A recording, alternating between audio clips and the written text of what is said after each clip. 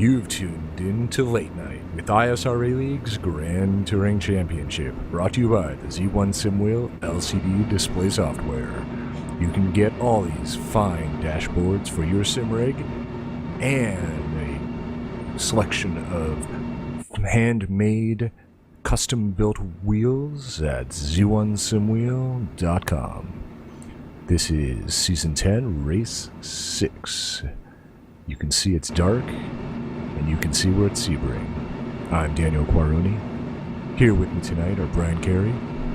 Need a shower after that intro. And Anthony Muniz. Well, hello there. So, we are just coming off of, what was the last track? VIR? I think so.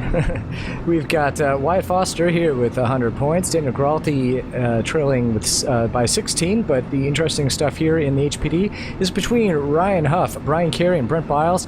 There you see all within 2 points of each other there, fighting for that third spot on the podium. In the Corvettes, we've got Dimas Maulana at 96 points with the lead, although he's tied with Todd Carver, also at 96 points, so lots of excitement there. Drop down to Jeremy Burrs in third, 14 points down. Then another 10-point drop there to Lauren Bateman in fourth, John Guzman fifth, and Tim Stahl will be battling there for fifth. James Cullen also with 96 points. Here, though, Chris Demron Jr. 5 points down in second place. Big jump to Corey Davis, 21 points down. But you see Russell Cow and Anthony Muniz in fourth and fifth, just 26 and 28 points down. So there's definitely a battle there, too. Robin Ainscoe is sometimes he can put together... Oh, wait, let's not talk about that. Let's talk about the map. All right, Sebring, we've run here a few times before. We have done a night race here before, but this will be the first time in a little while here. So a lot of these corners are very challenging. It is not lit externally, like say Daytona is. So you're going to have to rely on the car's headlights there. And if you get into an accident with someone in the front of your car, well, you're going to be in a little bit of trouble. But as you can see in the track here, Hairpin turn 7, Sunset Bend turn 17. Those are going to be our focal points there. Turn 1 always a difficult corner, but being an old air base here. Very flat, but very challenging track and great for multi-class racing. Wow, you were so fast for once. Yeah, no kidding. The map was still up. All right. On to the qualifying. Wyatt Foster on pole with HPD's 145.6. Then Derek Ralph next to him, 146, almost flat. Ryan Huff and James Mines in the second row, John Kelly, Brent Browse third, Tim McLeish, Victor Beltran in the fourth, and Matthew Voigt and Lance Snyder taking up spots in the fifth row in HPD. And for the GT1 Corvettes, we've got Todd Carver on the pole, just barely in front of Daniel Buck by 1/10 of a second. Timothy Stoll and Mike Kelly will be on the second row, and look at how separated they are by 1/100th of a second. Lauren Bateman and Dimas Maulana on the third row with Jeremy Burris and Chuck Chambliss on the fourth, and John Kuzin and Marty Jeffries close out the top 10. All right, Chris Damron Jr. taking the pole with a 159.1, basically, the McLaren MP4 12C. Russell Cow alongside him in the front row, James Cullen and Anthony Muniz on the second row, Daniel Burness and Troy Harder in the third, Renee Weissblog and Corey Davis on the fourth, teammates there, Andy Fuller and Colin McLean rounding out the top 10. Nice long track here, so we've got lots of time to reminisce. And noticing here that the Corvettes running in the Le Mans sort of trim have the yellow lights, and the LMPs have the white lights of the prototype Le Mans, but the MP4s do not have the yellow lights of GT cars. They've got, there we go, perfect timing, they've got the white lights there. So it can be a little bit tough for, well, probably no one will really get into any trouble because it's not like the MP4s are going to sneak up on anyone. LMP could get confused for an MP4 if you're in an MP4 pretty easily. I would imagine. That's true. That's true.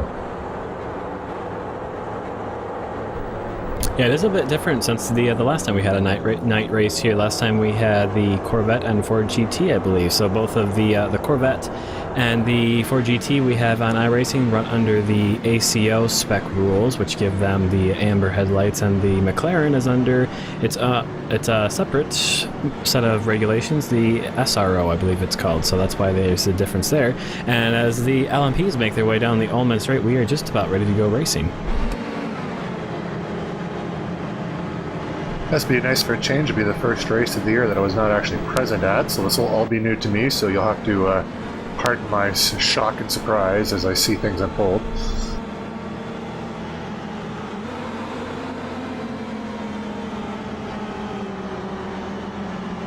And the pace car pulls into the straight, and it's just Wyatt up Foster. to... Yeah, we are, actually.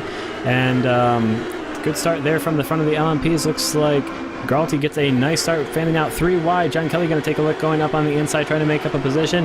Just looks like he was able to squeeze that spot out there from... who was that? The other two Red Bull teammate close. Mike Young. No, it was actually James Mines that was there. He was fighting with, still holding on. Yeah, it was, and looks like Mines managed to hold on to that position. McLaren's close at the start of the race. This is 44 of Andy Fuller making his way past Rene Weissflog there, going through turn 1, so he moves up a position. Cal McLean also looking like he's going to try and battle there on the inside. Weissflog holds wide, but McLean didn't have the opening or the momentum to get past. On board now with Fuller making their way through turn 5. And all the McLarens very close at the start of the race. Alright, just an FYI for everyone at home there. If I sound like I don't know what I'm talking about with gaps, is because my telemetry is clearly messed up.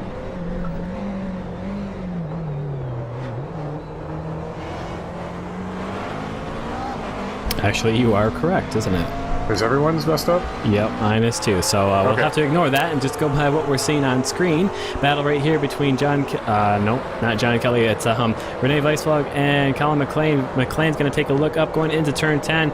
Couldn't quite have it. That's a fairly difficult place on the circuit to make a pass. It is very possible, so we'll have to keep an eye on there, but it's a higher speed second gear corner there in the McLarens. Now we get a look at the Corvettes for the first time, and Wyatt Foster starting from the pit lane this race. He was having difficulties with internet connection. John Kuzin actually sticking his nose up and passing Marty Jeffries there going through turn 16, which is named Le Mans here at Sebring, down that long straightaway.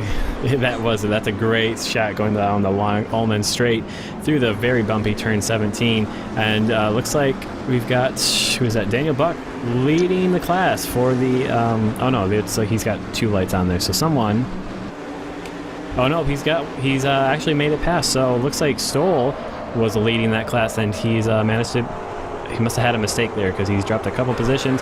And it looks like Colin McLean now taking a look on the inside of Weissflog is going to hold that outside line. Gets good momentum coming off that final corner, and he's going to hold the inside line through turn 1. So Weissflog going to hold on to that position, but McLean looking very strong here in the opening laps. Let's see if he gets a nice undercut. Nope, doesn't. Alright, so just so you guys know, the ticker up in the top there looks to be correct. It's just what we're seeing here. Our secret screen, if you will, is gone. So, and considering it's dark too, this should be a lot of fun.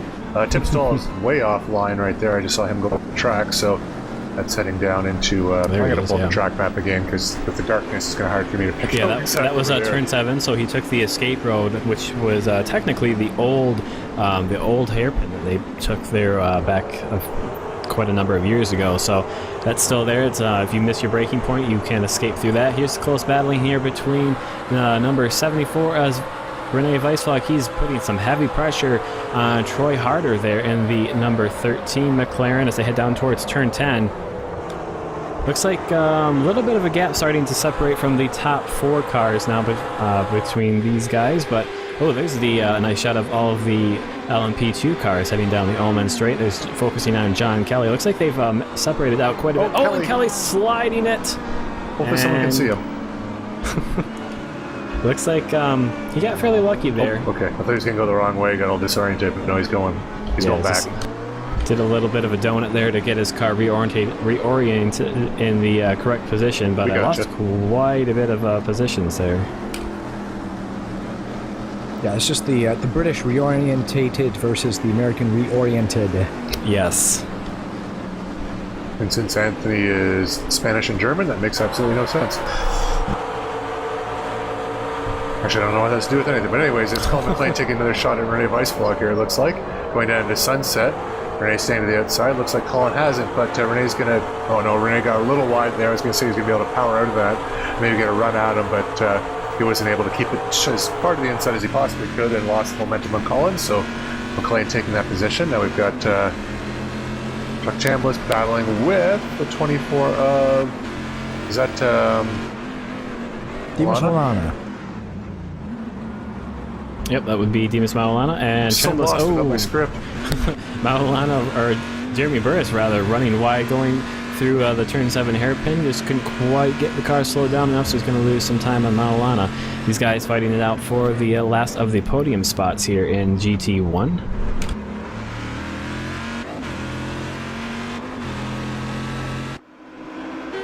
Oh, and here is Wyatt Foster starting to make his way up through the LMP2 field. He's caught up to John Kelly, who's also trying to make his way back up to the field after having that spin through turn 17. And we'll have to see how well Wyatt Foster does. I know he was having some disconnect issues here in the practice session before we qualified and got up to the race. So we'll have to see if he's able to maintain a good connection and last throughout the whole race without any issues. But right now he's moving his way up through a position towards the back of the class. I'm not actually sure which that is, but I was just past John Kelly, wherever he is. Yeah. I think we should just start making up positions in battles right now. Looks like Todd Carver is battling for the lead of the LMP class with... No, wait, that's a little bit of a stretch. But yeah, the inside of Daniel Buck there, and looks like a pretty good battle. Yeah, the championship battle right here. It is, yeah. Buck got a great run coming out of the corners, able to get the power down sooner. And looked like they were pretty evenly matched so far once they were able to get past Timothy Stoll. Now looks like John Kelly has caught his way back up to Lance Snyder, and not going to be much of a battle. Looks like Kelly has a great run going down into the turn 7 hairpin, so that should be an easy pass made. Yeah, there's some lighting, especially under the bridges there, so it's kind of cool to watch them come out of the darkness under the bridge. But yep, Lance very, very wide going down the Big Bend there, which is the long turn 6 heading down to the hairpin. Wyatt Foster currently in 9th. That was John Kelly in 10th and Lance Snyder in 11th at the moment. Oh, that's Milana off track at the hairpin, it looks like. Yes, the hairpin. Yeah. A dark piece of track. Yeah, moves his way over to the escape road and loses about 4 positions because of that. You can see he comes up behind Lauren Bateman there in the number 1 Corvette. So those guys are battling pretty heavy or hard just in front of them. So that'll be interesting to see if he's able to power his way past them. He's been very quick in that Corvette so far this season. And our colleague in the booth, Daniel Quaroni, is fighting in 11th with, that looks like to be Corey Davis there in the number 70. Both these guys teammates, of course. That looks like a pretty solid battle. I got Troy Harder up ahead of Renee Weissflog with, Verness right behind him. Yep. Oh, and Verness going to take a look on the outside going into the turn 10 corner. Wow, what a move there. That was well done. Looks like, is that Muniz or Fuller? It's hard to tell. Yeah, Fuller. Well, you would know since it's not you. And now we've got Milana coming back on John Kuzlin here. As they come down long black straightaway, stalking in the night. Maulana actually must have lost another position because he came back on the circuit path right behind Lauren Bateman. So he's just up the circuit there, about to cross the timing line. So that's interesting to see. Must have had another off. There's James Cullen fighting his way back through the field. That's Anthony Nunes. No, not back through the field. Oh no, that's right. He was sorry, for some reason I get James and Wyatt mixed up. They're dominating at the front of the LPs. But anyways, he's trying to get his way past Anthony Muniz. Here's the guy moving his way back up through the field. It looks like he's made his way past Jerry Mooresdorf. Yeah. So that's for about 8th position. Well, actually, here we'll know in a couple seconds' time.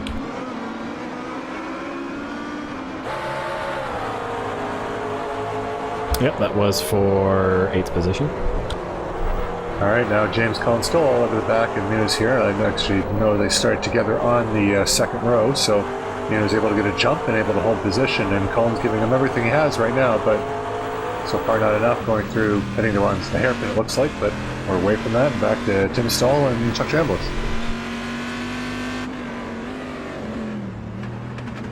So Stoll trying to recover from what must have been an early off on the opening lap. He's currently running in P5. He's got Chuck Chambliss just in front, and I believe he also has another Corvette just in front of Chambliss. Those guys were pretty close, so we'll have to see how that turns out. Here's Demas Maulana. He's making his way back up through the field. Oh, and that's Lauren Bateman off there at turn 15. And he's able to get by going through turn 16 Le Mans down the Ullman Straight, so that moves him up another position. Yeah, it's a difficult section there in the daytime, but excuse me, in the nighttime there. That's basically all tarmac essentially, and going Yep. through there, there's the only thing is just the curves that you have to fight your way through. So very good, easy to get unsided, especially at dark.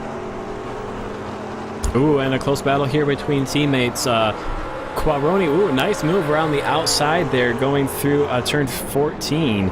And you saw that he put a move there on Corey Davis in the number 70. That was a great move.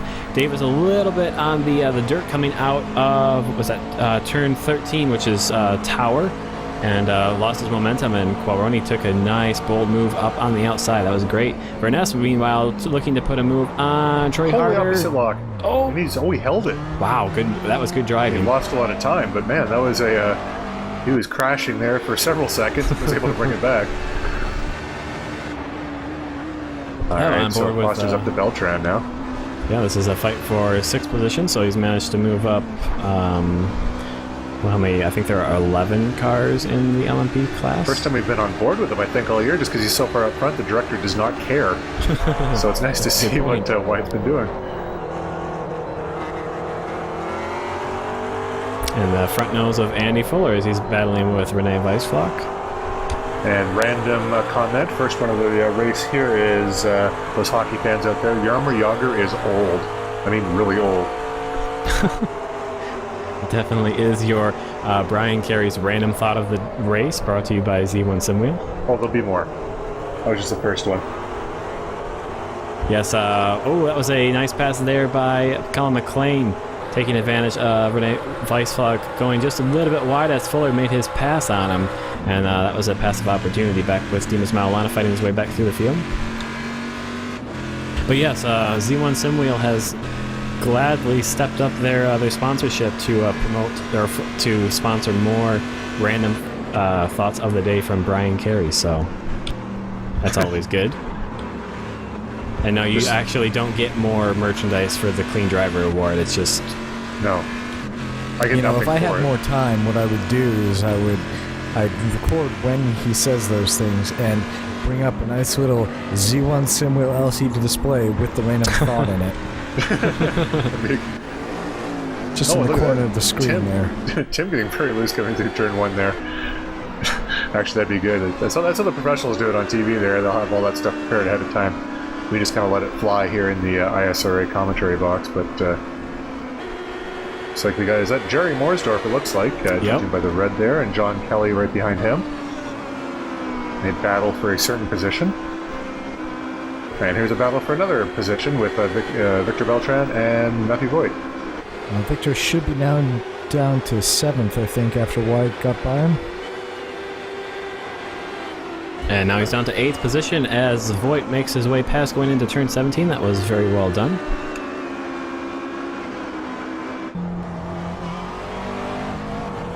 And now back with Verness as he is still fighting with Troy Harder, and he's managed to make up the gap that opened up as he nearly crashed in turn 17. He's right all over that back bumper, heading down towards the hairpin. Ooh, it looks like he might have got a little bit... Oh, no, there's a LMP coming through there, so he didn't have the opportunity to stick his nose out and challenge for a pass. That's why. But he had a great run coming out of turn 5, heading down towards the hairpin. Oh, look at that. That's a bit of a speed differential. Looks like... Is Tim struggling there, or is he just on a higher downforce? No, I think he just let him... I think he just braked early and let him by. I think I caught his brake lights coming on. And Verness trying to power his way past. That's a very difficult section to make that work, but he's going to get it done before they head into turn 13. Let's see if he can keep it on the circuit. Oh, he spins it off. Oh, and luckily avoids the other 3 cars that were so close behind him. I can't tell if he kept it off the wall. Ironically, to the other side of the track that I'm sure Anthony was anticipating him going off, figuring he might run wide and go left, but Verness decided to be like, I'm not going to follow the rules. And yeah. So McLean now sets his sights on Andy Fuller and gets a nice run coming out of there. He's going to take his nose up 3 wide heading down the Ullman Straight as that is... James Mines. Yes, thank you, 84. James Mines. Pulls out to put a lap on these cars. And it looks like Fuller's going to lose that position to McLean as they head into turn 17 and see if he can keep it alongside and get the power down. Oh, that's a very risky move there by Brent Briles heading on the outside. Gets squeezed out there by Colin McLean. Hits the tires there on the outside, and Yeah, that was a risk that. Oh wow! Somebody else is spinning at turn 17. Oh, it's Daniel Verness. Couldn't save it 2 times in a row, unfortunately. Looks like he's managed to keep it off of the tire wall. He's going to lose a spot there to Carl Mumbauer and a couple other ones, I would imagine. Daniel's got an aversion to keeping that car pointed straight. When we see him, he's backwards, sideways, upside down. So it looks like he managed to keep it off the Armco barrier there over there in exiting turn 13, which is good. So he's able to continue racing, but he's quite a ways down now. And that's right behind it's Carl Mumbauer, it looks like. That's one thing too. I have, for some reason on my screen, I have a more detailed paint scheme for Daniel. I don't know if I got that off of Trading Paints or what, but it's kind of hard for me to remember that's him because when I race against him, or on the same track with him, it's a much different looking car. And James still not able to get by Anthony. It's looking like pretty good battle here. Oh, and then that's looking like that's Andy, I think. Yep. Very similar cars there. Anthony in the number 4 Vodafone Kaiser racing machine, whereas Andy Fuller in the similarly painted number 44. I know there's subtle differences with mirrors being a slightly different shade of red or something. But, red and white. We've gone over this about 3 times this season so far. You still can't remember for some reason. And here's a great jumble of cars here. They've got 3 LMPs trying to work their way past this close McLaren battle. Matthew Voigt looks like he lost some momentum coming out of turn 16. McLeish is looking to try and see if he can't get past. And he's got a great run. He's using the draft, and looks like he's able to get by Voigt. He's going to try and stick his nose up on the inside of McLean as well as they head through turn 17. Also, here we've got John Kelly looking to fight his way through. And he gets a great run coming off the corner on. That would be, who is that? It's on the tip of my tongue. Beltran? Victor Beltran? Yes, Victor Beltran, yes. Forgetting everyone's names tonight for some reason. Oh, and there's James Cullen getting past Nunez after, how long was this race? I can't remember, was it an hour 15 or an hour 10? I think it's hour 15, I think. Okay, so after a certain number of minutes. It was some amount of time, yes. We'll see if Anthony's able to keep with them as some of the LMPs are coming through right here. There's a lot of cars on track at the same point, and McLaren's intermixed with the LMPs here, which aren't too bad. I mean, their LMPs don't lose a lot of time behind the McLarens in the corners, especially the slower corners, slower corners in particular, but are able to get a good run down the straightaway for the most part. But Morsdorf and Beltran having a bit of a battle with McLean in there as well, and man, this is looking pretty, just lots of lights, and they're moving quickly. It was looking like, and Morsdorf a little squirrely under braking there as he tried to make sure he gets the car slowed down enough to make his way through turns 10, and luckily able to get that done. Was going to lose a little bit of time there to car just in front. We've got even more battling up here. McLaren's mixed with LMPs. Matthew Voigt looking to see if he can't get back around Tim McLeish there. Got, who was that? Oh yeah, it's myself and James Cullen just up in front, so we're on the straight now, so that won't affect them at all. I have to take a closer look up at the leaderboard there. As we've got Ryan Huff leading Dan Gralti here. It's not something we're not saying enough. Oh, there's Beltran off on the side there. That's on turn 16 there, heading on to the Elman Straight. Yeah, so Ryan Huff having a great race so far. Sorry, I didn't mean to cut you off there. Oh, Ryan. Sorry, yeah, no, I was just going to say about probably damage to Victor's car, but yeah, no, Ryan Huff, Wyatt's had some issue with connection, so Ryan Huff taking full advantage, and Dan Gralti is not a slow pedaler by any means, and Ryan has the legs on him at the moment. Yeah, Ryan had a great qualifying time. It was very close, but he got the good jump coming out the start, and he's opened up about 5 seconds. I think I caught was the gap between himself and Gralti. So he's really bringing his A game. Oh, that's Andy Fuller off there going in through turn 1. Dirt looks bright. It does look very bright. I don't know if that was because it was illuminated by the lights from the McLaren behind or what that was, but I would assume so. But yeah, it seems like it's unnaturally bright for some reason. Or luminescent dirt that's indigenous to the Sebring area. So looks like battle has separated itself just a bit now that some of the battling LMP cars have made their way through this really large pack of McLarens. McLaren has done a good job. He started in 10th place. He's moved his way up very nicely through the field. I think he's running in P5 or P6 at the moment, so he's made up quite a few positions, and he's had some hard-fought battles with guys. On board now, the Corvette of Lauren Bateman. Oh, and who was that? That was John Kuzlin there, and he was very slow going into turn 1. I'm not sure what the issue was there, but that moves Lauren Bateman up into 4th position. All right, so now we've got John Kelly chasing Matthew Voigt. And there was one thing to it. What was that? I was just going to point out, look at the gap that's opened up between Voigt and McLeish. They were nose to tail, but McLeish has got a nice lead on him now. I was about to say, I think wait, what? It's going to come to me. No, it's gone. I'll come back to that. And that Brian's forgetful moment also brought to you by Z1 Simwell. Oh, go. I was about to say that I didn't run this race, and unfortunately, for some reason, I missed every Sebring night race, but the LMPs, apparently, there's a good combination of medium downforce setups and low downforce setups. Apparently, the times between them are different, no different, lap times really, so it's really a matter of personal choice. You're going to see a lot of that in the race there, guys. Maybe faster in a straight line, but maybe not as fast in the corners, able to hold up some of those guys with the medium downforce if they're running low, for instance, so take a look out for that. Too bad we can't really see by looking at the angle of the rear wing, because I think it's graphically standard in iRacing, but yeah. I don't know why they can't fix that. It seems like a relatively easy thing to do, but I mean, I don't design the simulation, and know nothing about it, so... Oh, his Chambliss is running slowly. Yeah, and I see a bunch of smoke back there. Yeah, I think he might have actually blown his engine. As Luke Poulin is no longer in the series, Chuck is taking over as the driver who destroys his car for no particular reason. Yeah, that is not the role you want to pick up in this series, unfortunately. That was Luke, right? That happened to all the time? It was, yeah. Yep. Now we've got a close battle here between Fuller and... Yeah, it was, and that little bit of mistake there opened up the gap that allowed Andy Fuller to make his way by as they were making their way through that curvy, 10, 11, 12 section. And both of those guys getting a little squirrely coming off of turn 13. So, but they both maintain their positions, which is around 8th, I think. Roughly. Yeah. 6th and 7th, that's what they are. You get a shot of those RVs there in the infield. People with lights on, partying it up for this race.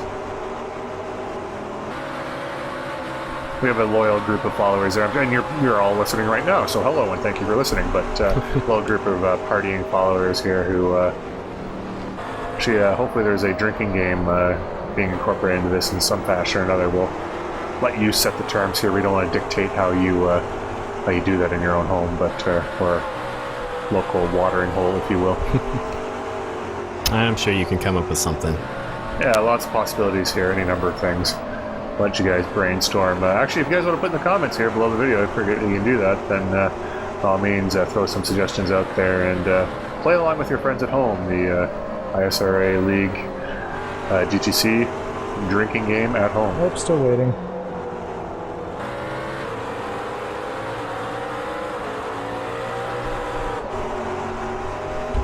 And Dan just made a cryptic comment, which I don't know the reference to just now. Yeah, sorry, talking to my mother here. And for some reason I thought I needed to respond to her over TeamSpeak. And Dan has been playing our drinking game apparently, so we'll have to excuse that little moment there. Meanwhile, there was some great action going on circuit there between Weissflock and Troy Harder, making some good side-by-side action going through a turn 7 hairpin. It looks like they were still side-by-side when we switched to Wyatt Foster, and I think he was getting by another car, so he's moved his way up into P3. There's Weissflock. Oh, don't hit the wall, don't hit the wall. Oh, nicely done. I mean, the spin part of the first wasn't nicely done, but afterwards. Yes, exactly. Very well played. Beautiful save. I know those moments in the car well where you're slowly going off and you're like, please don't hit the wall, please don't hit the wall. Oh, I did hit the wall, that's good. And then you feel shame for having lost spots and made a mistake in the first place, but you also have the relief of, not hitting the wall. Yeah. As I eloquently put it. And John Kelly's really aggressive there through the hairpin corner. I think this might be one of those cases where John's on the medium and Matthew's on the low. I can't say for sure because I don't have a speedometer on them or any sort of other references, but I'm just going to say they are because why not? And as you said, the gap between Tim McLeish, he's not that far ahead of Matthew Boyd at the moment right here. 6th, 7th, and 8th as we can now see. Oh, and here's someone we haven't seen pretty much all race. We've seen James Cullen a little bit, but we haven't seen Russell Kyle just in front of him in that Toro Rosso liveried McLaren. These guys are fighting it out for P2 in the GT3 class. Speaking of Russell Kyle, I just noticed you mentioned the forum that he just turned 50 or something like that. I thought the guy was like 19 years old. I kind of blew my mind there, but whatever. That's what you get for the internet racing here. So, I guess because he's from California and he's fast, like James and Chris there. Yeah, I guess that's the assumption that I made as well, but congratulations on the 50, or not, however you want to look at it.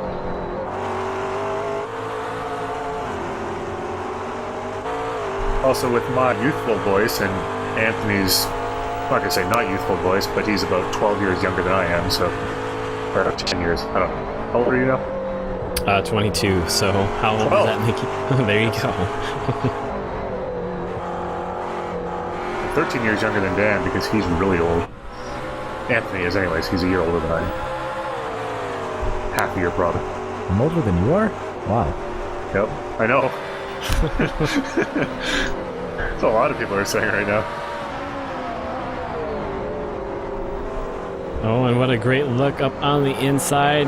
Colin hits a pretty severe bump, but out on the outside where there's even more bumps. Russell Kyle gets the car very sideways, manages to save it, but he loses that second place position there to Cullen. So this whole track's one big bump. Yeah, it is sort of pretty, actually. Although there is, if you can get your line just perfect going through that final corner, there is one where there's less bumps.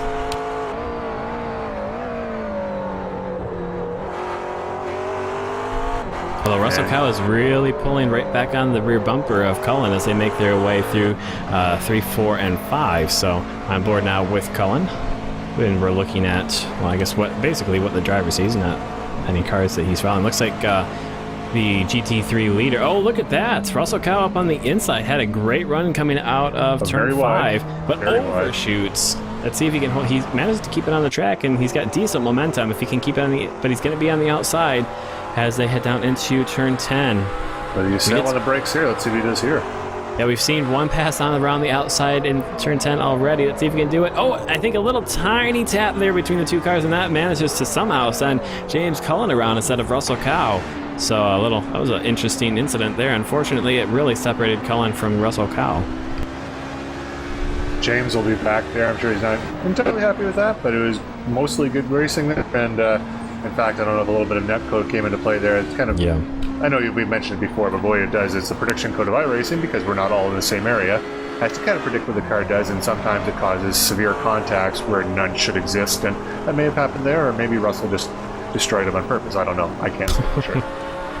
Well, he stayed very wide through that corner, so I don't think it was any malicious intent there going into turn 10. It was just close racing, and sometimes when you're close racing, that sort of stuff happens. Although I would have expected Cow to go around instead of Cullen, but yeah. Well, no, it's because I know that James is braking there, and if he's got the wheels loaded on the front, the rears are still pretty light as Russell probably turned in and got the weight more to the back of the car. That easier for James to rotate around, less stable car with the brakes still on there. But I think Russell might have just been upset that James had force pushed Damron to the side of him from the last race. So. little revenge taken there. That was a very interesting piece of video, I must say, from our last broadcast. And also, I'd like to apologize for a number of reasons here that we're a little late in this one here. During the one of our races a few weeks ago, well, it was a while ago. Oh, look at that. Kelly is one who is running low downforce. Well, I said he was running medium before, but yeah, sure, now he's running low. He's switching it up in the middle of the race. Yep. I don't care what it is. But it's possible that he just got to run in traffic because Matthew had to check up for the other car. It is possible, and that would conveniently allow your theory to stand. Just conveniently indeed. But that was a nicely executed pass there by Kelly. It moves him up into 7th position. And also looks like Tim McLeish, and there's another LMP. I can't quite tell who it is. Might be Brent Bryles? Somebody just up in front, not too far. So these guys could be contending for a couple more positions here, depending on how traffic and all of that sort of stuff plays out. That's looking pretty good there. And yeah, no, Reinhold looks like he's still about a 5-second gap roughly. Oh, Bryles. And yeah, it looks like, that was Brent Bryles, so somehow I managed to call that correctly, which is probably a first. But he's under some heavy pressure from Tim McLeish as they head through turn 10. You can see some damage on, well, almost all sides of Bryles' car there.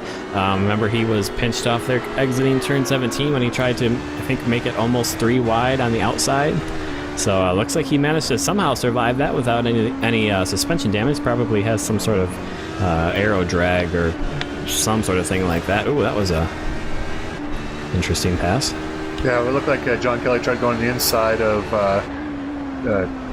Todd Carver. Some smoke. Going into Cunningham there, but realizing that he was closer than he thought, probably Todd decided to back off down the straightaway and let those guys continue their battle. Such a tough decision for those Corvettes there, too, because they're fast in the straight line. It's really hard to judge gaps, but, I mean, you have to balance, like, taking your own line, but also the fact, too, that you can't necessarily just stick in front of a LMP through all the corners there, especially since the straight line speeds, in most cases, aren't necessarily all that much different. And in some cases, if a LMP was running a medium downforce setup, a Corvette could almost, without giving some help, could stay in front of that LMP for quite a long time and cost that LMP quite probably, in the upwards of 6-7 seconds a lap, if not more. Anyways, back to my apology. I was just saying that I got really sick, couldn't talk for quite a long time, and other races came into play. And then tonight, I totally forgot what time it was and left my colleague sitting for half an hour while he waited for me to show up. So again, appreciate the wait. I assumed I'd log in and you guys would be mid-commentary, but Dan decided, I think he said he made meatballs or something like that, so time well spent, I feel.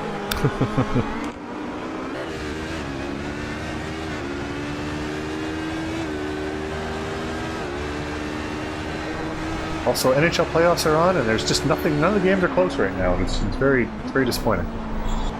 Yep. Yeah. So all of you hockey fans, when you're watching this, and that will have no relevance whatsoever because the games will be over. But just in case you missed it. Well, I know, for instance, say like Tim Stahl, for instance, is a Sabres fan, and like myself, an Oilers fan, really have nothing to do right now during playoffs because our teams suck. But I know we do have some hockey fans here, not necessarily NHL fans, but Matthew Voigt, who we're on board with right now, is a pretty big hockey fan. University of North Dakota, the Fighting Sioux, his alma mater, I believe, but definitely a fan of those guys. And John Kelly there ahead of him, the Gwinnett, whatever the hell their name is, ECHL team there, him and Lance Snetter, I believe, are fans of those guys. As so two hockey fans battling during hockey season as we're talking about hockey repeatedly as I say hockey a few more times. And sorry to wreck your theory, Brian, but it definitely looks like John Kelly running low downforce. You saw Matthew Voigt had a great run coming on him, great run on John Kelly, rather, coming Matthew out of turn 16. Yeah, that's what I'm saying. Yeah. So he actually has the equivalent of what would be high downforce drag now, because John Kelly really pulled away from him by the end of the Ullman Straight. Or the convenient kind of aero damage that gave John Kelly extra downforce, or extra top speed. Which is one thing in racing that I don't quite get is sometimes you damage your rear wing, which in a way that you would think would give you less drag, but somehow you suffer a drag penalty as well as a downforce penalty too. Doesn't matter what the damage is, it's just always a drag penalty, which again, in racing is pretty damn good, but not perfect all the time. Yeah, and I struggle to see how you can actually damage the rear wing on this car without actually destroying the rear of it, because there isn't much there.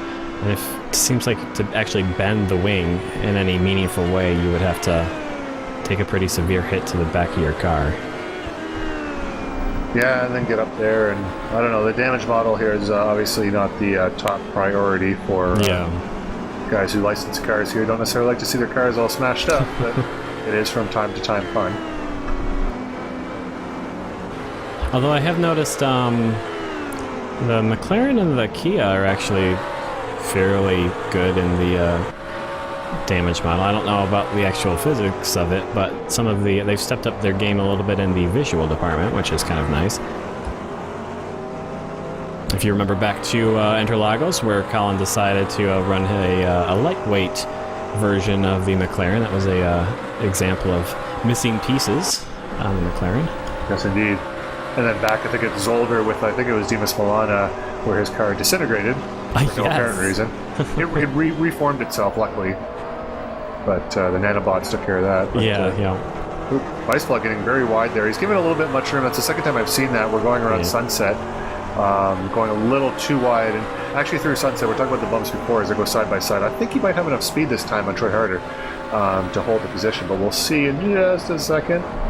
Yeah, there it goes. Yeah, he's managed to... I've seen him do that, I think this is the second time I've seen him do that, where he runs very, very wide, and it really seems like he's going to lose the position, but he manages to really get the power down coming out of the corner, and then once you run side by side like that, it's pretty hard to stay on the outside and defend the position, so I guess he makes it work for him, but it doesn't seem like the optimal way. Oh, and that's Dimas Maulana off and losing 2 positions there. Daniel Buck taking over the lead of the GT1 class. Jeremy Burris, meanwhile, moved up into P2, and he's moved up quite a few positions, actually. I think he started a bit further down the class, so up into second position. Very strong showing in my favorite Corvette here in the... I don't know where I'm going with the rest of the sentence, but my favorite Corvette. Keep it running. Keep talking, and there's random words, and they pertain to a Corvette in some way. Actually, what I was saying about the Sunset there is on the inside of the bend, there is, right in the apex, there is a pretty severe bump. You want to try to stay away from that, about a car width away from that. In the middle of the track is pretty smooth, but the outside there is a couple very severe bumps. So that's where it looked like Rene was out there just a little bit too far and got on those bumps, but as I said, he was able to get a good run that time and able to come down turn 1 and keep the place. May not play spoiler because you guys won't see this for another day, but it looks like the Bruins have won, so well done, Boston.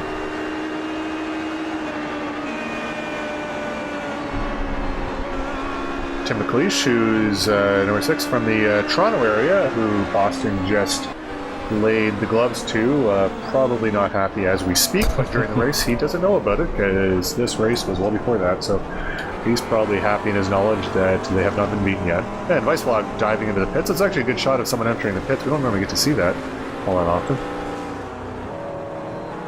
It looks like he just was able to get that car slowed down in time to not make or get a speeding penalty as Weissflug moves into that's about halfway, so he's decided to split the strategy. Oh, exactly halfway right there. Yep. 37.5. And Burris, now we're taking a look at his car as he's just behind. So this is a fight for the lead. We haven't really seen a whole lot of Corvettes fighting this race, but that looks like Maulana back there. So P1 and 2 very, very close at the moment. And really, I don't know what happened to Timothy Stoll. He was keeping up with them even after the couple of small offs he had early in the race, but unfortunately I can't tell where he's at the moment because of our timing being off. I was looking at the timing, and guys, we're in races we haven't seen for a while, different classes. Definitely a radical I'm on here middle screen. 2 times, I think. Yeah. Or I was. Something like Brian, that. Brian, you're on here, and you weren't here, so you've taken a time machine. No, you're in 3rd. You did very well. I still missed every Sebring night race. There's Brent Brown going again! wide. He didn't learn his lesson, but I think he actually got away with that one, and he lost the position there to Tim McLeish, but he luckily avoided more damage to his car.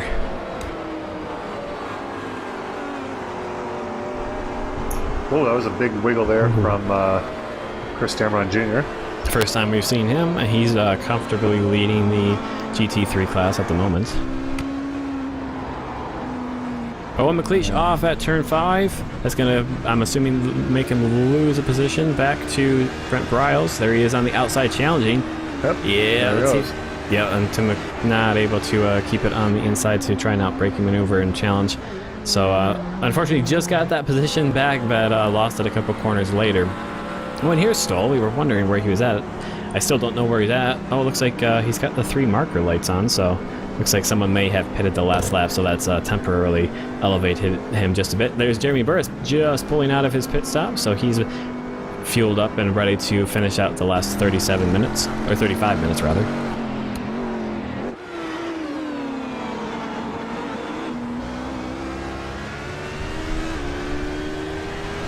This is a good shot, and the lights here on the side of the track are very good. And, I did do testing here before the race, so I did have some experience, not with other cars. Sadly, oh, Tim's anyways, I mean, the track is relatively well lit, and as long as you know where the corners are, and it's kind of funny when you're driving the track so many times, especially by yourself, you're not even thinking about the fact that it's dark, because I mean, you're just used to hitting your marks and whatnot. But I guess when you're racing other guys, it's kind of easy to, especially if you're in a part of the track you're not used to, kind of lose your bearings a little bit, a little easier, I should say, anyways. Yeah, sometimes, I don't know, once you get into a groove and you don't even really notice, at least I don't anyways, once I get into a good rhythm, I don't even really notice the reflectors on the side of the circuit there. It's mostly just kind of done through feel, I guess. I don't really know how to explain it, but... you just get used to where you're going. Yeah, basically.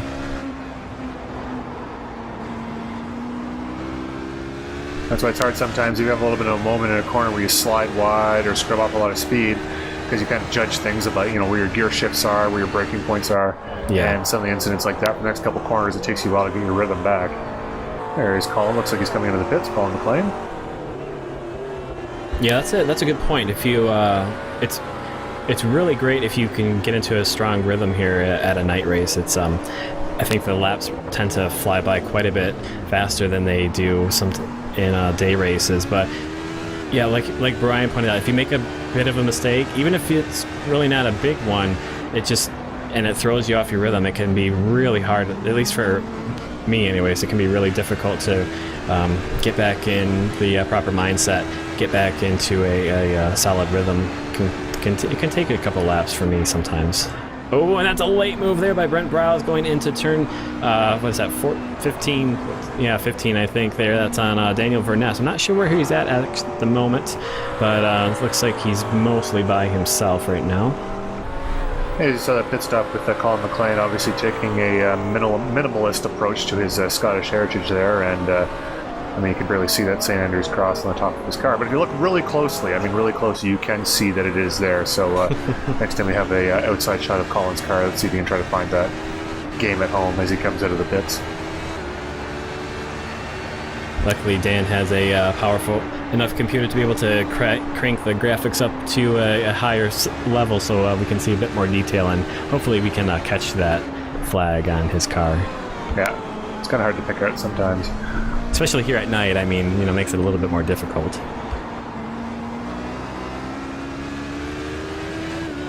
Alright. Okay. Billboard, was that Rev It Up billboard for a barbecue, or am I missing something there? No, I just think hungry? it's probably. No, I think it's for Florida Fresh something, maybe. Florida Fresh barbecues? I was thinking orange juice, but it could be barbecues as well. Oh, that'd make more sense. You grow oranges, right? Yeah, yes, you do. Would that be something? Plant one of those, a barbecue tree. Be fantastic. All right, Daniel Buck in the lead, or was in the lead, for now. Wait, still first? Still first? Still first? Now he's second. Oh, he's second. And I am reading numbers on the screen. This is gold.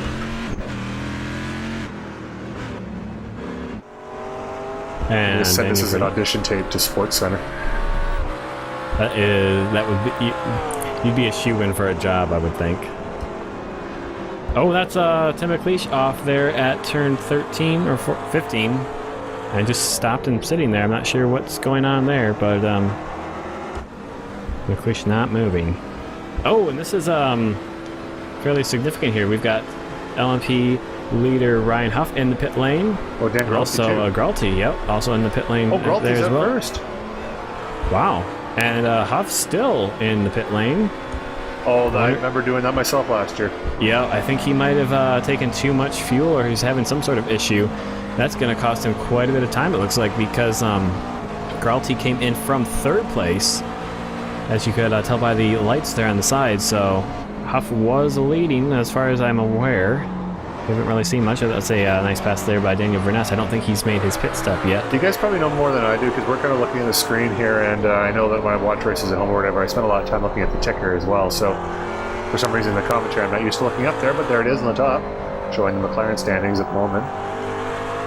So for those of you following at home and like do some of our work for us, just keep track for us and yell really loud. We might be able to hear you. There's John Kelly. Ooh, that's a nice shot. John Kelly in the LMP flying past this battle for a certain position with the... Yep, so you can see there on Colin's car. Eighth.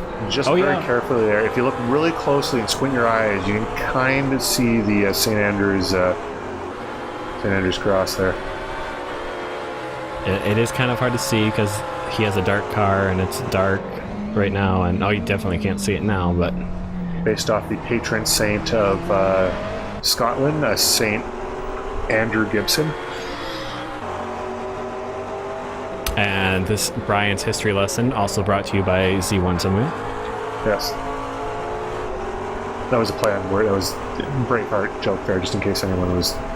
In case you missed the reference, yeah, just didn't want that one to go on. Just think I'm just like totally uneducated. I'm not uneducated. I'm just a jackass sometimes. So just very fine line there.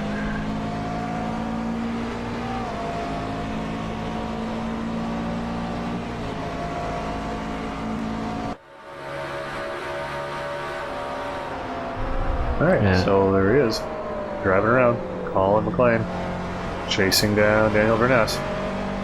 That's off. Wow. There's Daniel's normal position, sideways. Oh, now he's out of control now, he's going straight.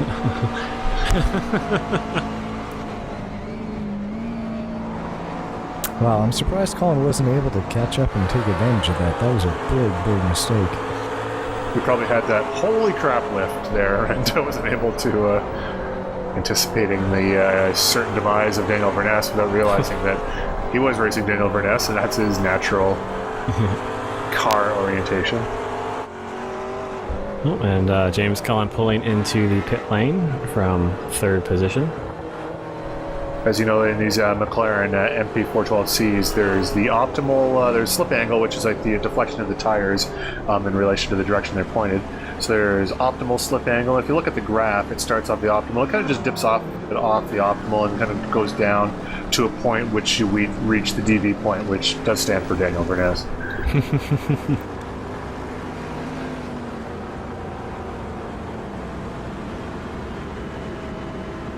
Got a couple other cars pulling in that were following John Kuzland. Also, the McLaren of Andy Fuller pulled into the pit lane as Cullen gets ready to exit.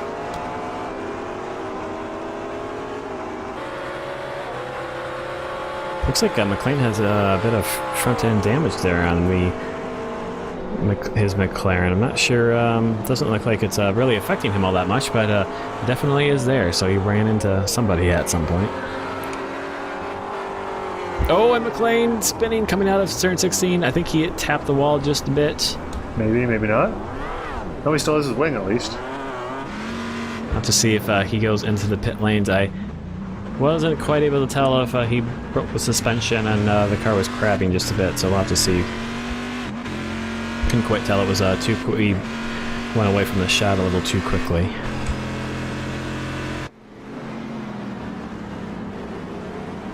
Just on TV randomly, there's a commercial for a Subaru Forester with a family with driving like a rally and laughing their heads off. With kids in the back, it looked actually kind of scary, but awesome. So all of you parents out there looking for a high-performance car, Subaru, an option for you, especially if you want to go rallying. Well, absolutely. Love the Subarus. And Subaru, please call us for your sponsorship money. We'll be waiting for your check. Love the Subarus. Love them. But I'm thinking like STI, WRX sort of category, not like... I don't want like a... I guess a Forester's alright, but... What, you don't want a Forester?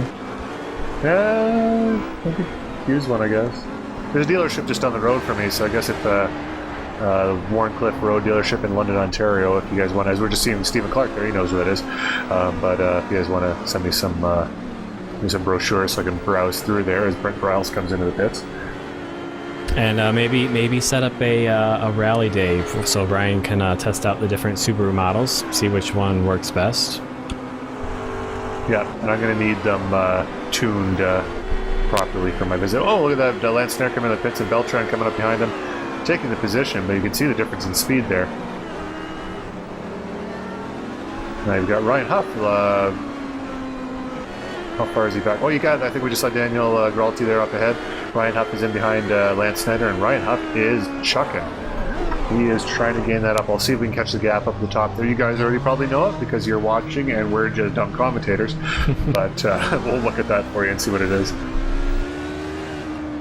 Well, we know where first and second place are, and Brent Briles, I was going to say, is very far back behind them in third. 7 seconds. Now in fourth.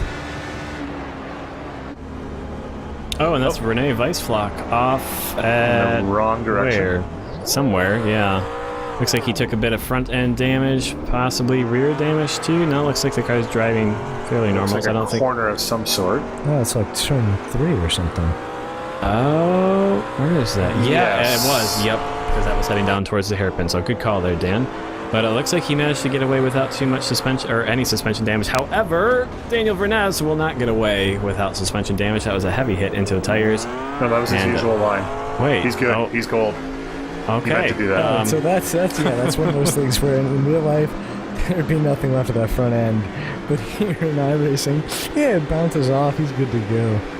He's got the car specially tuned. Nah, he's probably Pinball got some bumpers on the damage side. in reality. You just don't see it, and I mean, obviously, just it would unlocked have been a multi-ball. much bigger problem in real life. Yeah, no, he'd probably need to go see a chiropractor after that. Possibly a team of them. And maybe a spinal surgeon. And then someone to bring him water. Just everyone needs water. It's just one of those things. Kids, drink your water. As Wyatt Foster's out of the pits. He's still running, folks, but for once not factoring in the lead at all. And clearly because I did not come to this race, That is specifically why, yeah, he just decided, oh, Brian's not here, I'll just sit around midfield and not do anything. the last race at VIR, I came in second and was by myself 20 seconds at least on either end of anyone during the entire race. And suddenly there's Wyatt's back in the field, and well, to be fair, I was traveling, and actually no, I wasn't traveling, I was drinking and playing trivia. Family visit, obviously.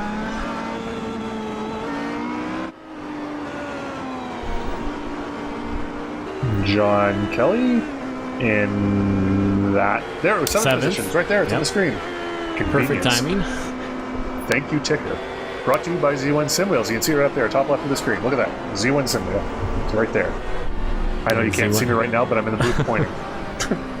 So just imagine Brian excitedly pointing at the screen because our sponsor matches up. Yeah, the ticker always been brought to you by Z1 Sim Wheel ever since season whenever we started doing these. I think 6, was it?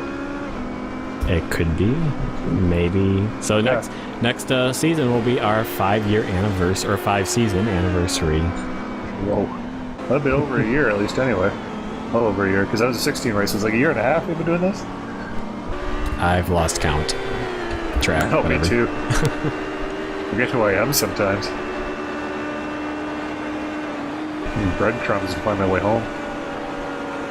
I don't know what that has to do with me doing commentary. It's just another side issue that I just wanted to talk about. Just looking for an opening. There's Lance Snyder there with the Ed Force 1 paint scheme, the Iron Maiden. Now, is that Verness in? What's his name? No, that was...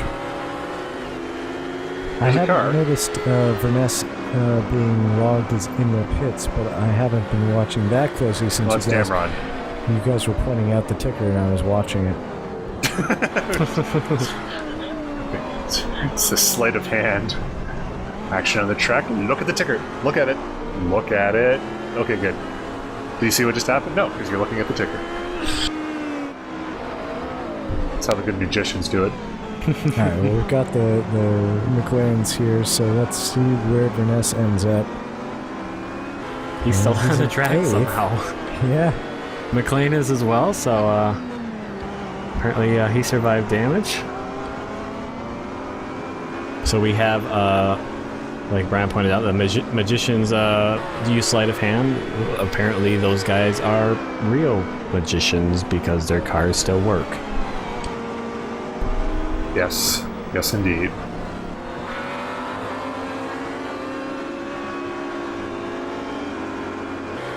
Hey, look at it. It's GT3 leader we've seen about the second time, who for some reason feels the need to gain a bit more draft. Even though he's leading by what looks to be a mile or so. Give or take. You get there by taking every inch you can. It's a little bit of draft, a little bit of draft.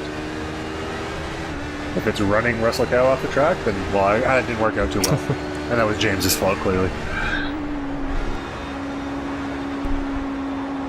That was a crazy corner there, and Lance, relatively looking smooth on the steering wheel, but man, you could just really hard to place the apex there. It's fast. And turn one is another place where there is a bump somewhere in there, and if you catch it at the wrong time, then wow. Now, Verness maintaining a 4-second lead ahead of Colin McLean. So I don't know if they're both equally damaged or they're both completely undamaged miraculously. I think the key is to keep it spinning. Always spinning, never stop. And centripetal force is able to keep the parts in the car. Oh, okay. We were talking physics. I was confused there for a second. It's all physics. One of this hokey-pokey magic stuff. Hokey-pokey. There's something I haven't heard in forever. Well, I've got a 4-year-old, so let me tell you that definitely come up recently. That's common usage in your house. Oh, and Kelly, go the other way. Stop spinning. 3. They're good. Continue going forward. Excellent. Okay. Step 3 on track. Good. There's John Kelly, a perfect textbook example of the 3-step recovery to a spin. Stop spinning, turn the right way, and go on the track.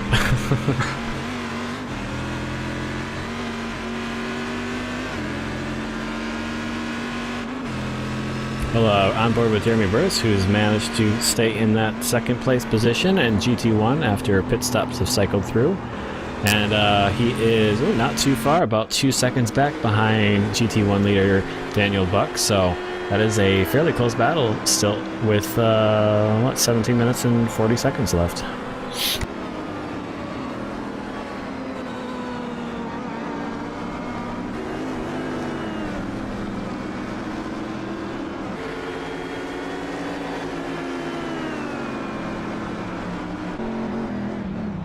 And back with Bert. Sliding.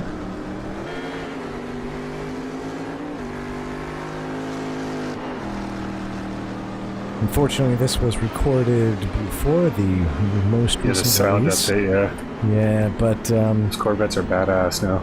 well, good news is I haven't done Road Atlanta recording yet. I'll do that tomorrow night, and so that will have the Corvette sounds.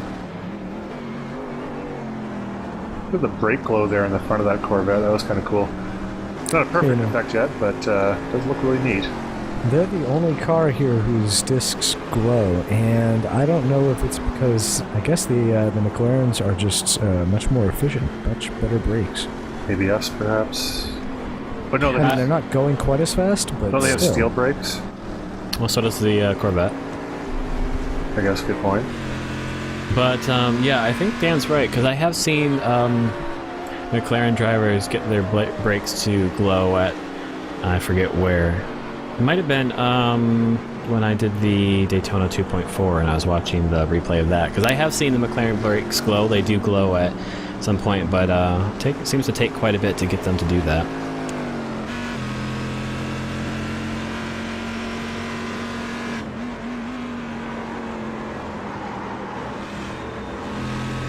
Oh, and someone's off here as they make their way through turn 1. Dust. Yeah. I guess with the headlights, that's what it would look like too. I have driven enough in the dark to see that happen from time to time.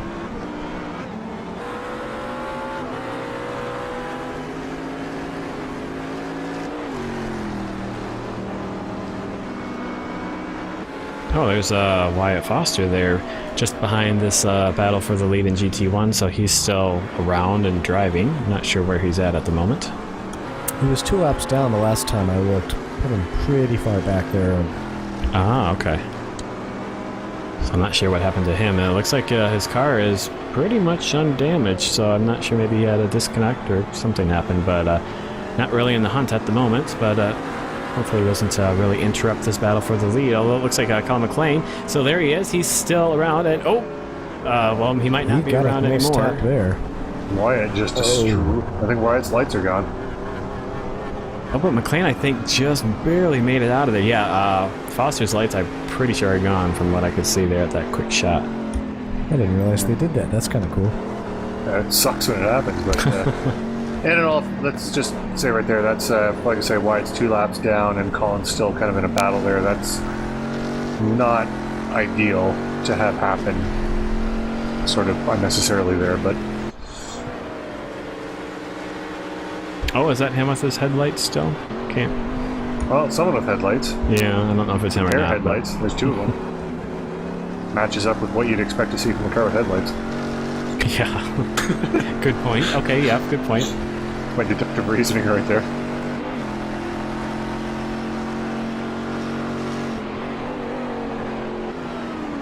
Maybe that was Beltran.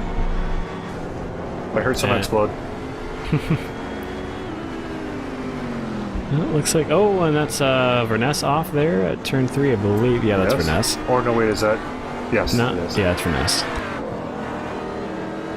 Because his paint scheme now is similar to Troy Harder's LMP last year, so... Yes.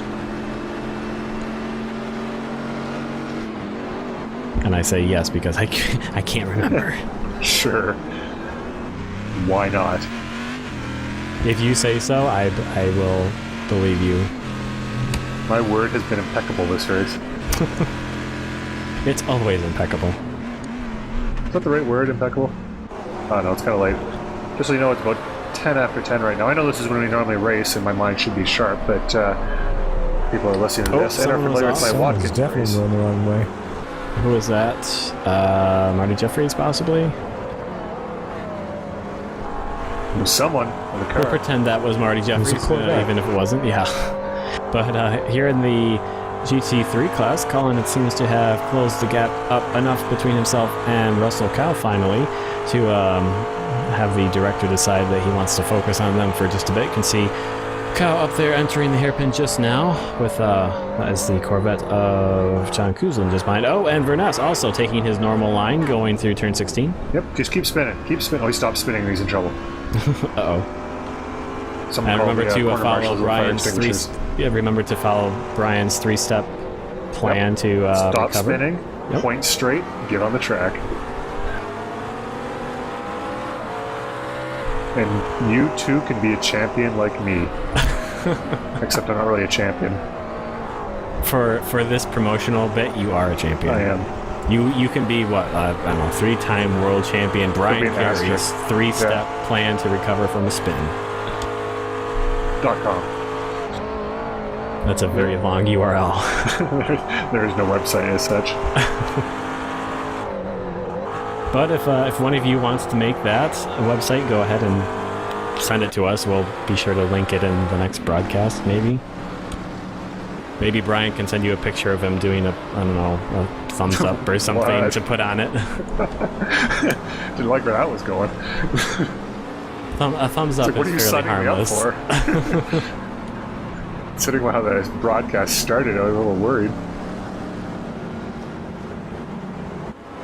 And I Also, apologize if there are kids at home listening to that, because that was terrifyingly creepy. If you want more Daniel Quaroni at night or late at night, leave us a like, and we'll be sure to do more of that for you. Or we 1-800 won't. OK face. Also, while we're talking about nothing, Lauren Bateman has managed to put a great move on Timothy Stoll going into the hairpin to take 3rd place away from him. Yeah, sorry there, Lauren. Don't mean to steal your thunder, but don't mean to steal your thunder, but oh no, you're gonna maintain Awesome. it, I think. Wow. Good stuff. Come on, boys. Do it. Oh, Tim's got the position back, but I think Lauren's got the pace, so... Oh, what? We don't need to watch that. Well, I guess it's a battle for second place, so... I guess we can watch this. A little bit higher up the running order in the class, and Cullen very close to Russell Cow, and he staying on the opposite side of the circuit this time as they head through turns 10. Apparently doesn't want to have a repeat of earlier in the race. Seems like he's really got the pace. Cullen's on a charge at the moment. He's closed the gap, and just a few laps time, and it seems like he's really got the pace over Cal. I'm not sure if he'll be able to defend. We'll have to see. Bryles finds himself up in 4th place, so he's having a fairly good race despite the couple incidents we've seen him have. Oh, how that car's still pointing straight. He crunched the front left of that thing going around. I mean, if that was real life, that'd be in the tires and that corner would be off. Just a note there, you can see at the top of the screen, Ryan Huff is 5.4 seconds behind Dan Gralty right now with 9 minutes left, 9:30 left. And on board the front nose of Lauren Bateman, so he has not given up the fight with Stoll here as they make their way through turns 5, heading down to, through Big Bend. They have a fairly clear track all around them. Oh, and that's Daniel Verness in the pit lane and out. So he's fine. His whatever you want to call it, string. And Lauren Bateman's Stoll got runs it. wide. Stoll is... Yep, okay, nope, he can't. There, he's really struggling to keep that going straight, so... Good pass by Bateman. I figured he would have had it eventually. It looked like Stoll's his tires were struggling a bit, but... And that off gives him a very comfortable gap between himself and Stoll. So with time winding down, just 8:30 left on the clock, doesn't have to hold that 3rd place position too much longer. Meanwhile, Brent Bryles is doing a pretty good job. He's got James Mines just in front of him, so that's a battle for 3rd place. The Red Bull, what are they? Red Bull ISRA cars? Something. I always want to call them Red Bull Racing, but I know that's not the team name. I think Team ISRA. I don't know. Red Bull's on the car. I've set all of the parts. Now you can put it together. I think Team ISRA is right. Yeah. All right, so Team ISRA, as it's known. Yes, Team ISRA having a very solid run. They're running P1 and P3 at the moment, so those guys having a strong showing. Although James Mines running in 3rd place under pressure from Bryles. Bryles is going to take a peek up on the inside going into the hairpin, and he gains that position away from... I forgot your name already. I don't know why. From James Mines? Yes, thank you. It's like I had a brain meltdown there for some reason. Who could you have possibly forgotten that? Yes, sorry, James. I don't know what happened there. Wow. More mind trickery there. Anthony took James' names out of my brain.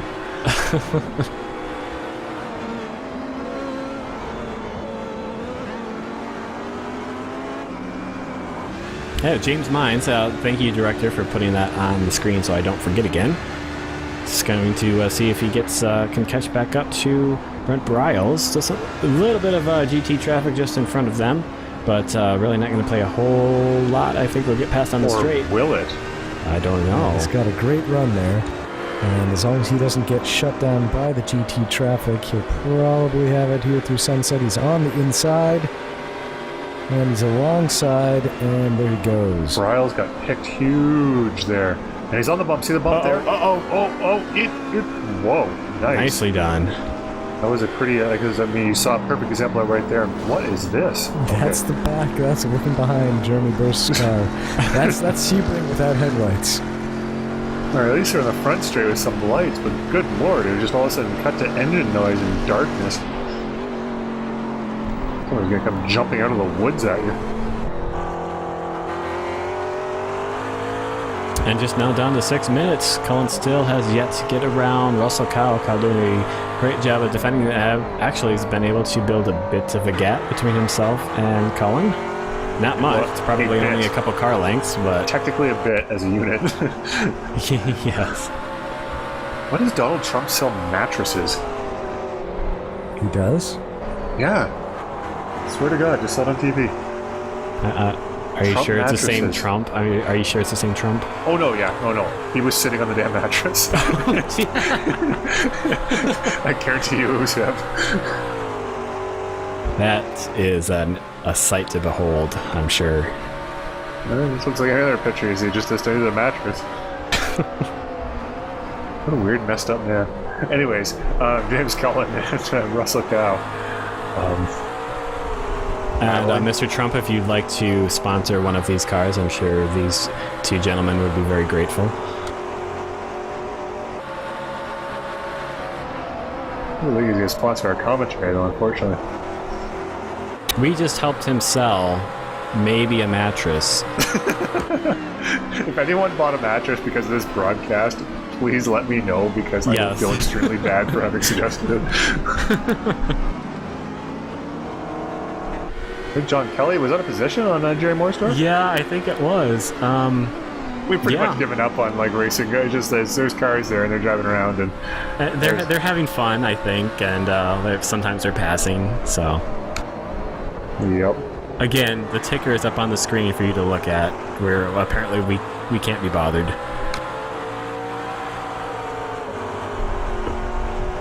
Actually, I need to. Okay. McLarens are done here. I'm going to see what the gap to lead is here, because it was coming down slightly. I don't think it was coming down fast enough to really make a serious. Oh, I should 2 not say that. seconds. 2 seconds in the last 5 minutes here. So that's. I mean, he is right. Almost a little bit of traffic here, a draft there, and Ryan Huff will be right with him, because they definitely have probably at least probably 3 more laps. Cullen gets a great run coming out of turn 13 as they head through the fast 14 and 15 section. Going to try and look around the outside as they into turn 15. Going to try and outbrake. And Cow's trying to close the door, but he runs wide over the curb, and we're going to miss it. But I know that looks like that is most likely a pass for The wall. Cullen. No, wait. And Buck. Oh, he manages to save it, but Or not. all over the grass. He sort of saved it. Oh, lost And he's going to position lose there two to Lauren positions Bateman. because of that. So Burris now in the lead for GT1. I remember that's how those positions were. And now Lauren Bateman has taken over Pete Chu with just 3 minutes and 20 seconds left on the clock. And also, that had to be a pass for Cullen as well. I mean, we didn't see it, unfortunately, but pretty sure that was it. Now, Daniel Buck going to try and battle back. Couldn't quite get it done in the hairpin, but if he can keep the car there, he's going to be on the inside. No, he can't. Couldn't quite get enough power down. Bateman should try and look defensive here. He doesn't. He's going to leave the inside open, and Buck's going to try and squeeze on the inside. There may have been a little contact. If not, he squeezed him on the outside, but that gets him to second place position back. Oh, there. Okay, Lauren's able to stay on the track there. It's one of those things where I don't know if he was able to hold on to the track or he had to give it the position or what. But. Yeah, he definitely got squeezed out there on the outside exiting turn 10, but man, I really wish he would have been defensive. He may have been able to hold on to that second place position. All right, so let's see. Yep, there Cullen's ahead of Russell Cow. Oh, way ahead of Russell Cow. Like 8 seconds. Cal, he was on that curve. I'm not sure if he spun it, but I'm not surprised that he lost quite a bit of time there through turns 15. That's a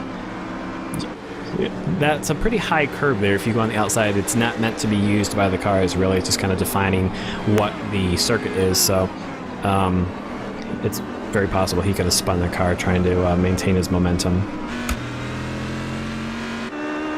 Oh, here's Ryan Huff. Okay, now this is interesting because there's Dan Bralte right ahead there in that Red Bull sponsored car. Ryan Huff in the red, blue, and white SRN number 41 there. We got a minute 42 left, which means 2 more this lap and 1 more. Yep, this lap and 1 more, looks like, based on that time, because he's the leader. He is right there.